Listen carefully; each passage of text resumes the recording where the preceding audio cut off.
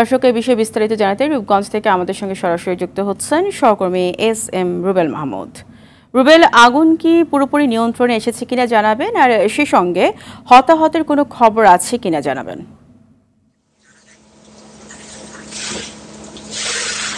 জি ফারিয়া, যেমনটা জানাচ্ছিলাম, আপনি জানেন যে আমরা কিন্তু সেই সকাল থেকেই আমরা এখানে কিন্তু উপস্থিত হয়েছি এবং আমরা বিভিন্ন সময়ে কিন্তু দেখছি যে আসলে একের পর এক কিন্তু ফায়ার সার্ভিসের লোকজন কিন্তু এখানে আসতেছেন এবং আগুন কিন্তু নিয়ন্ত্রণ করার চেষ্টা করছেন। কিন্তু এখন পর্যন্ত কিন্তু যদিও সারা দিন গতকালকে রাত্রে থেকে কিন্তু প্রায় তো 18-20 ঘন্টা যাওয়ার পরও কিন্তু তারা আগুনটা এখন পর্যন্ত নিয়ন্ত্রণ করতে পারেননি।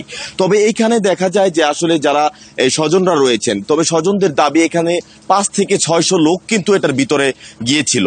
তবে আসলে এখন পর্যন্ত ফায়ার সার্ভিস কিন্তু বলেনি বা শিওর করে আমাদেরকে জানায়নি যে আসলে তারা কোনো মানুষজন ভিতরে পেয়েছে কিনা।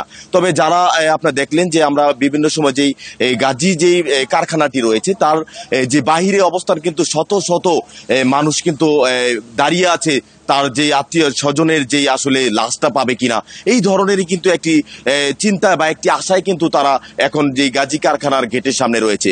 আপনারা দেখছেন যে আসলে আমার পিছনে কিন্তু এখন পর্যন্ত যে আগুন জ্বলছে এবং কিছুক্ষণ আগে আমরা দেখতে পেয়েছি যে ফায়ার সার্ভিসের যে ডিজি যেমন মহাপরিচালক তিনি কিন্তু এখানে এসেছেন।